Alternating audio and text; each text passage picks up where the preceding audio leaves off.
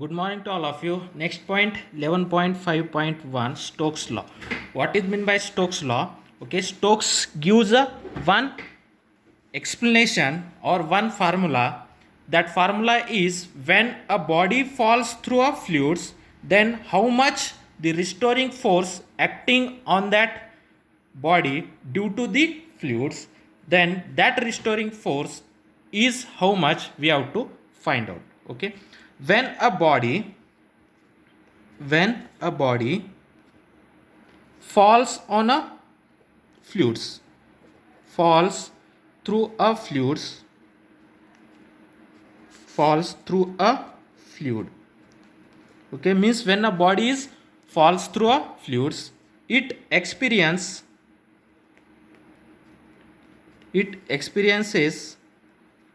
a retarding force.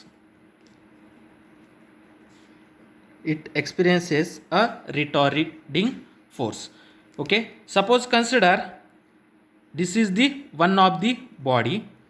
Okay, now this body is fall on, suppose this is the tub. Inside that tub the water is present.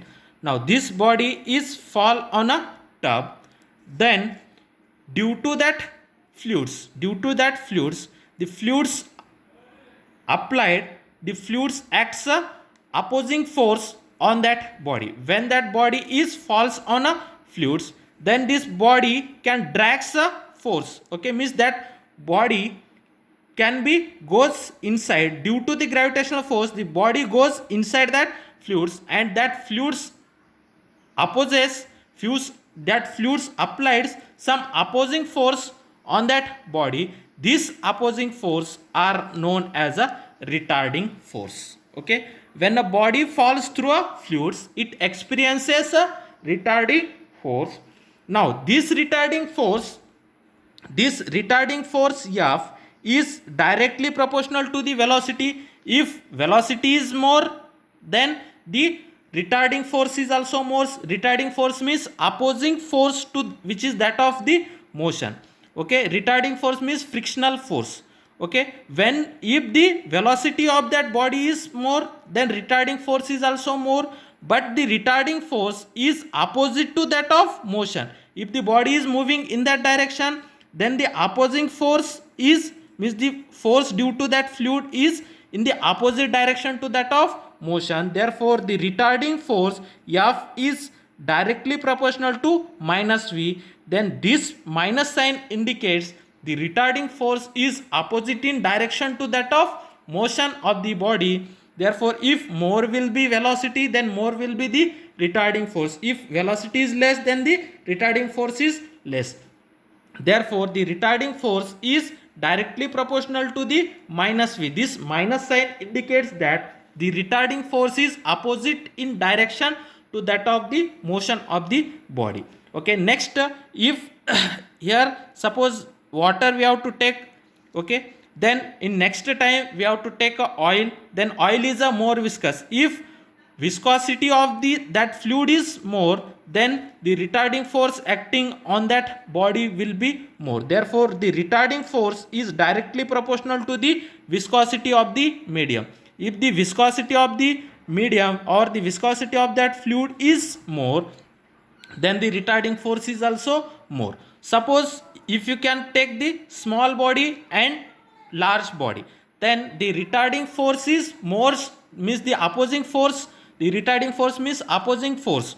Okay, opposing force or frictional force. If the size of the body is less, then the retarding force is less. If the size of the body is more, then the retarding force is more. Therefore the retarding force is directly proportional to the A, where A is the radius of the body. Okay, where A is the radius of the body. Okay, therefore the force is directly proportional to the size of the body or radius of the body A. Therefore, okay, from that what we can say that the retarding force is directly proportional to the minus V. Means if the velocity is more, retarding force is more, but that force is opposite in direction to that of motion. Therefore the minus sign we have to take. Then if the viscosity of that liquid or viscosity of that fluid is more, the retarding force is more. If the viscosity is less, retarding force is less. Also, the retarding force is depend upon the size of the body. If the body is having large size, then the retarding force is large. If the body having its size is less, then the retarding force is less. Okay, then from combining these three concepts, then we can say that, okay, the retarding force is directly proportional to the that viscosity, coefficient of viscosity eta, velocity v, and acceleration, that size a. Therefore the retarding force F is directly proportional to eta a v. If you remove the proportionality, then F is equal to 6 pi eta a v. Then this is the equation 1. This equation gives the scientist Stokes. Therefore this is known as a Stokes law. Then equation 1 is called as Stokes law.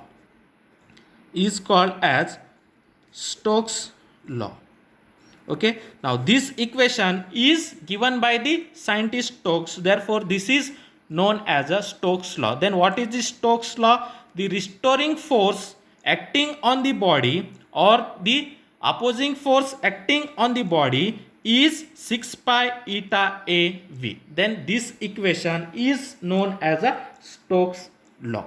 Okay, now there is a many applications of this Stokes law. Then one of the applications, we have to apply this Stokes law on a raindrop. Okay, now when the raindrop, now consider that this is the raindrop and this is the earth. When that raindrop is falling towards the earth, then what happen on that raindrop? Why that raindrop is falling towards the earth? On that raindrop, the gravitational force can be acting in the downward direction. The gravitational force acting on that raindrop is in the downward direction. When that raindrop is falling towards the earth, then due to that air, the air will be applied a opposing force on that raindrop. Then that opposing force is known as a retarding force, or that is, we know that viscous force. Okay, then when that raindrop is falling towards the earth due to the gravitational force, therefore the gravitational force acting on the raindrop is in the downward direction, and in the opposite to that of gravitational force, Bion's force can be act and viscous force is also act. Okay, therefore when the raindrop is falling towards the earth in a downward direction, gravitational force can be act, and to opposite to that of gravitational force, some Bion's force can be act and some viscous force can be act on that raindrop. Okay, therefore the Bion's force act on the raindrop is the Bion's force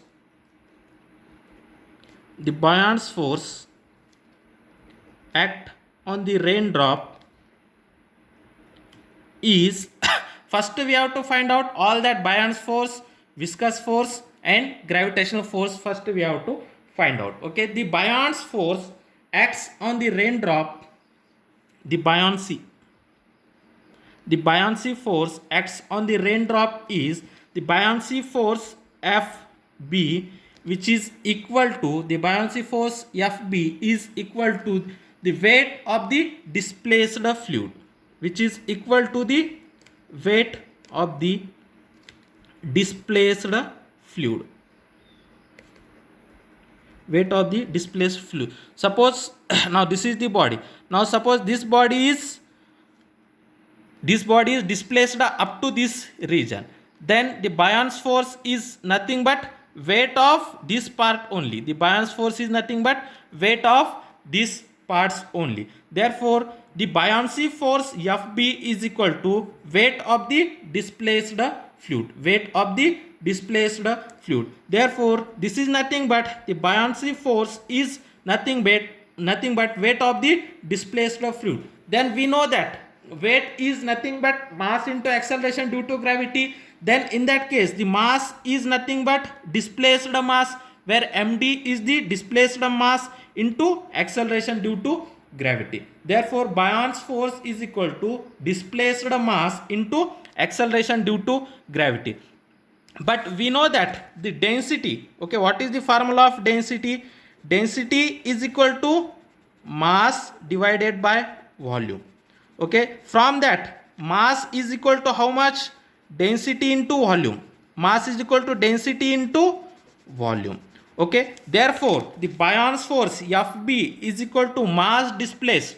Okay, therefore what is the mass? Mass is nothing but density into volume. Therefore Bion's force is equal to density of the displaced mass into volume of that drop. Volume of the drop. Therefore Bion's force is nothing but density of the medium, weight of the fluid displaced. Therefore this is nothing but density of the medium,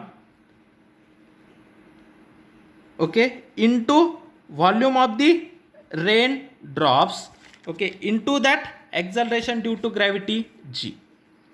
Okay, therefore Bion's force is equal to density of the medium. Okay, now we have to consider that the density of the medium is rho. Okay, now we have to consider that rho is the density of the medium. Rho is the density of the medium into volume of the raindrop. Then what is raindrop? Is a spherical shape. Raindrop is a spherical shape. Therefore what is the volume of a sphere? What is the volume of a sphere? Volume of a sphere is 4 by 3 pi r cube. But here we have to take pi a to the power of 3, means pi a cube, where a is nothing but the radius of the raindrop. Okay, density of the medium is rho. Density of the medium is rho. Volume of the raindrop is pi 4 by 3 pi r cube. But here we have to take radius as a. Therefore the volume of a raindrop is 4 by 3 pi a cube into acceleration due to gravity. Now this is the equation number 1. Okay, now this is the buoyancy force. Now this is the equation number 2. Already we have say equation 1. Therefore the buoyancy force acting on the raindrop is sigma into 4 by 3 pi a cube into g. Okay, then next, which force? Viscous force acting on the raindrop. Then viscous force acting on the raindrop. Okay, then what is the viscous force? By using Stokes law, the viscous force is 6 pi eta AV. Okay, by using Stokes law, the viscous force AV is equal to 6 pi eta AV. Now this is the equation 3. Okay, the viscous force Fv is equal to 6 pi eta AV by using Stokes law. Then next, which force? The gravitational force acting on the raindrop. The gravitational force. The gravitational force acting on the raindrop. Therefore the gravitational force Fg is equal to, gravitational force is nothing but mass into acceleration due to gravity. Then mass is nothing but, okay, here mass is nothing but density into volume. Therefore mass is nothing but density into volume, okay, into acceleration due to gravity. Then density, okay, now this is the density of the drop, density of the raindrop. Okay, density of the raindrop. Then we have considered that density of the raindrop is rho into volume of the drop is 4 by 3 pi a cube into acceleration due to gravity. Now the gravitational force is rho 4 by 3 pi a cube into g. Now this is the equation number 4.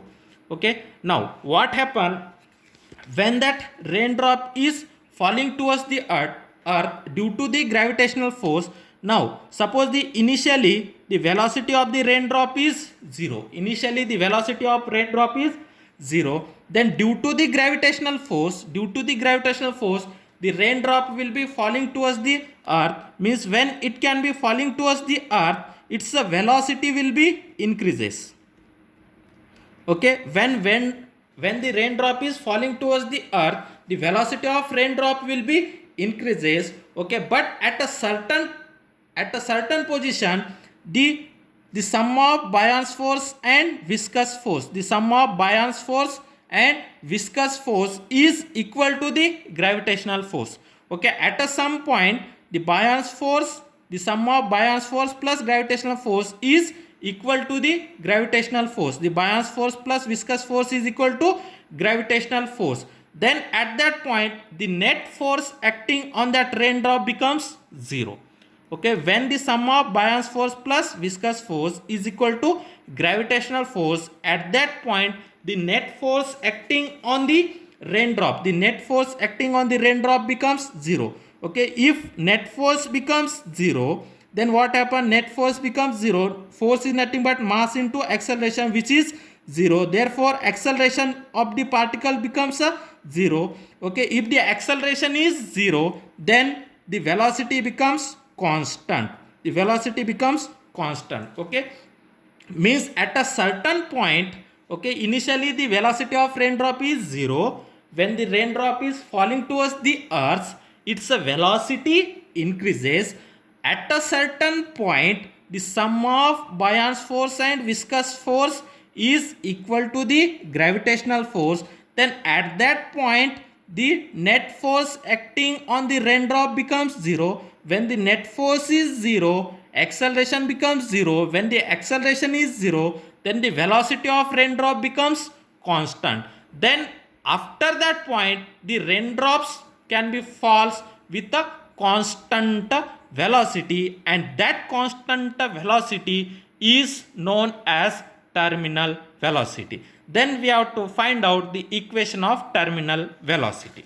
Okay, then we have to write down here. Okay, write down here at a certain point. Okay, means initially the velocity of the raindrop becomes 0. When the raindrop is falling towards the earth due to the gravitational force, its velocity will be increases. Okay, at a certain points, okay, at some points net force F becomes 0. The net force acting on the raindrop becomes 0. When that net force becomes 0 means that is the buoyancy force upward direction, that is viscous force is in upward direction and gravitational force in the downward direction. Therefore buoyancy force plus viscous force minus gravitational force, which is equal to 0. Okay, then at that point, whatever the velocity, okay, when the net force become 0, then acceleration becomes a 0, then velocity becomes a constant. Okay, then when the velocity is constant, then this velocity is known as terminal velocity and it is denoted as Vt. Okay, therefore Fb buoyancy force plus viscous force minus gravitational force becomes 0 at certain points. Then at that point, whatever the velocity is there, that velocity is terminal velocity. Then by using equation 2, 3 and 4, using equation 2, 3 and 4, okay, we get what is the buoyancy force? Buoyancy force is sigma into 4 by 3 pi a cube into g. Sigma into 4 by 3 pi a cube into g. Okay, then what is a viscous force? Okay, what is the viscous force? 6 pi eta a v. 6 pi eta a v.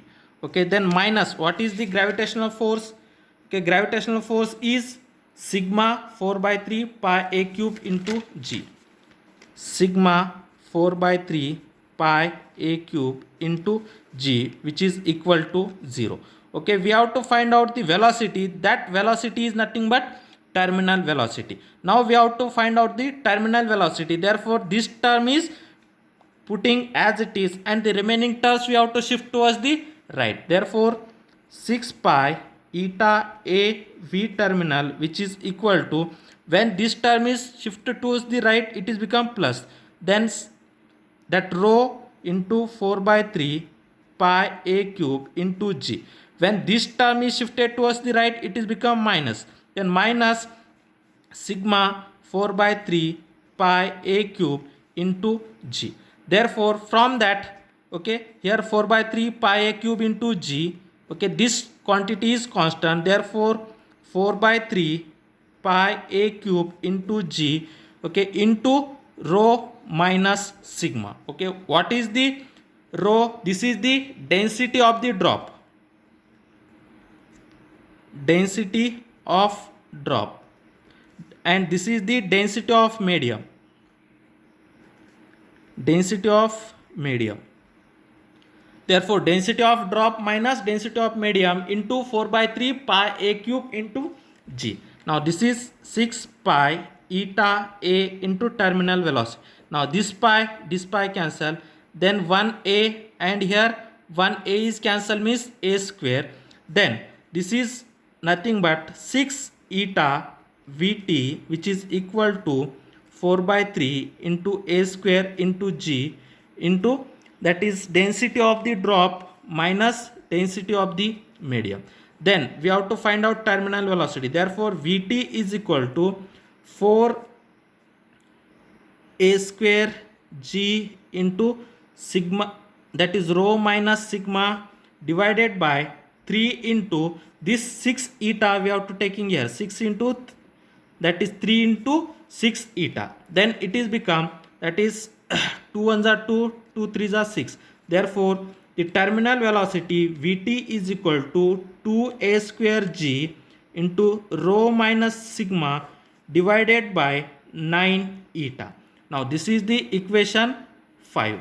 Now, equation 5 gives the terminal velocity of raindrop. Terminal velocity of raindrop means, terminal velocity means when the raindrop is falling towards the earth at a certain points, the velocity of the raindrop becomes constant. Then that constant velocity of raindrop is known as a terminal velocity. Therefore, equation 5 gives terminal velocity of raindrop. Equation 5 gives terminal velocity of raindrop.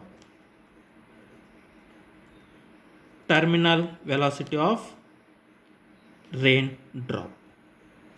Now, we have to see one of the problem example on that terminal velocity. Now, example 11.10. The terminal velocity of a copper ball of radius 2 mm falling through a tank of oil at 20 degree Celsius is 6.5 centimeter per second. Compute the viscosity of the oil at 20 degree Celsius. Density of the oil is 1.5 into 10 to the power of 3 kg per meter cube.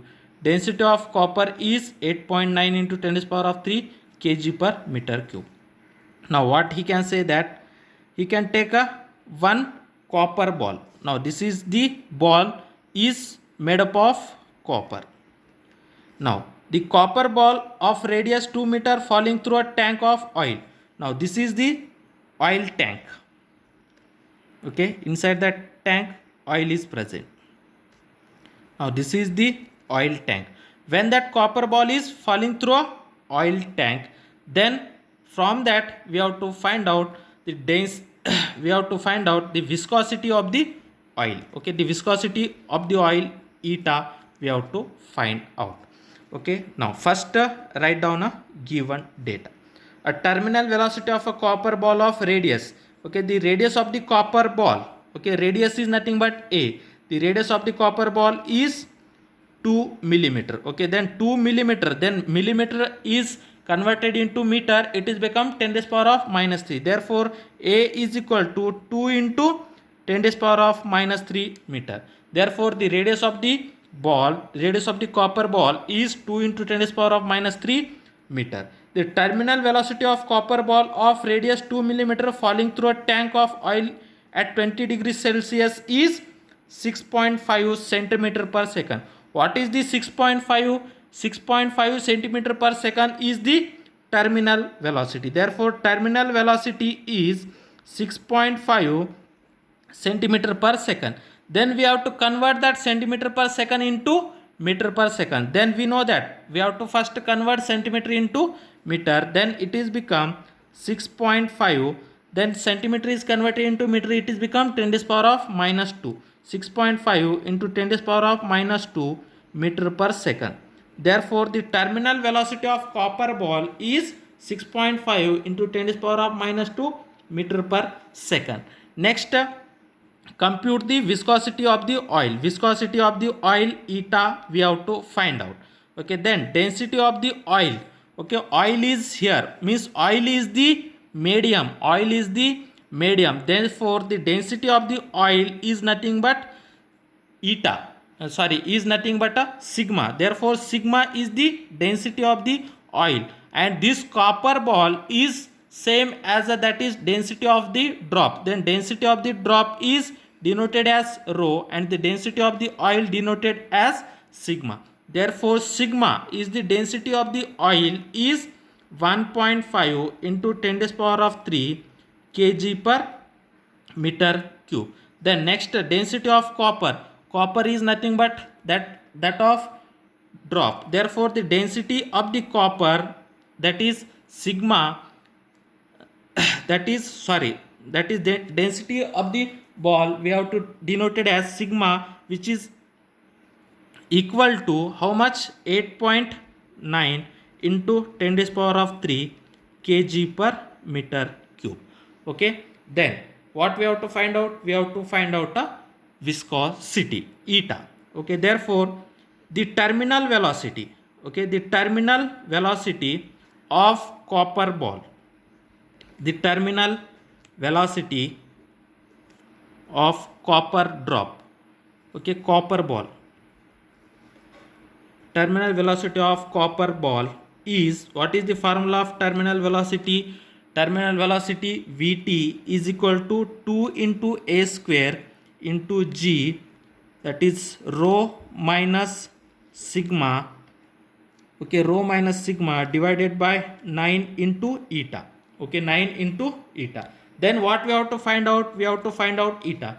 Then first we have to convert this formula in terms of eta. Then taking cross multiplication. Therefore, eta is equal to 2a square into g rho minus sigma divided by 9 into Vt. Okay, that is eta is equal to 2a square into g into rho minus sigma divided by 9 into Vt. Then putting all that value, then we have to easily find out the viscosity of that copper ball. Okay, then we know A, G, rho, sigma and terminal velocity. Put all that value and we have to find out the viscosity of the oil. Okay, viscosity of the oil. Therefore, eta is equal to 2 into, what is a square? What is the a? A is 2 into 10 to the power of minus 3. Therefore, 2 into 10 to the power of minus 3 whole square. Okay, into g. What is the g? Acceleration due to gravity is 9.8 into, what is the rho? Rho is 8.9 into 10 to the power of 3 and sigma is 1.5 into 10 to the power of 3. Means 8.9 into 10 to the power of 3 minus 1.5 into 10 to the power of 3 divided by 9 into terminal velocity. What is the terminal velocity? 6.5 into 10 to the power of minus 2. 6.5 into 10 to the power of minus 2. Then this is become 2 into, then 2 square is 4 into 10 to the power of minus 3 square, 10 to the power of minus 6, okay, into 9.8. Now from that 10 to the power of 3 we have to taking as a common. Therefore, 8.9 minus 1.5 into 10 to the power of 3 we have to taking as a constant outside. Then 9 into 6.5 into 10 to the power of minus 2. Then this is become 2 into 4, it is become 8 into 10 to the power of minus 6 into 9.8 into 8.9 minus 1.5. 8.9 minus 1.5, it is become 7.4 into that 10 raised power of 3, then divided by 9 into 6.5, 9 into 6.5, it is become 58.5 into 10 raised power of minus 2, then 8 into 9.8 into 7.4, 8 into 9.8 into 7.4, it is become 518.16, then 10 raised power of minus 6 into 10 raised power of 3, it is become 10 raised power of minus 3 divided by 58.5 into 10 raised power of minus 2. Then this is nothing but 580.16 divided by 58.5 into, when that 10 raised power of minus 2 goes to a numerator, it is become 10 raised power of plus 2. Then 10 raised power of minus 3 into 10 raised power of 2. Then 580.16 divided by 58.5, it is become 9.92 into 10 raised power of minus 3 into 10 raised power of 2, it is become 10 raised power of minus 1. Therefore, the viscosity of the oil is 9.92 into 10 raised power of minus 1, and its a unit is kg per meter per second. Now this is the viscosity of the oil. This is the viscosity of the oil is 9.92 into 10 raised power of minus 1, or viscosity of the oil. Okay, when you can take that decimal points shift towards the right, it is become the 10 raised power of 1. Then 10 raised power of 1, 10 raised power of minus 1 cancel. Therefore, viscosity of the liquid is 0.992. Okay, that is kg per meter per second. Now this much will be the viscosity of that oil.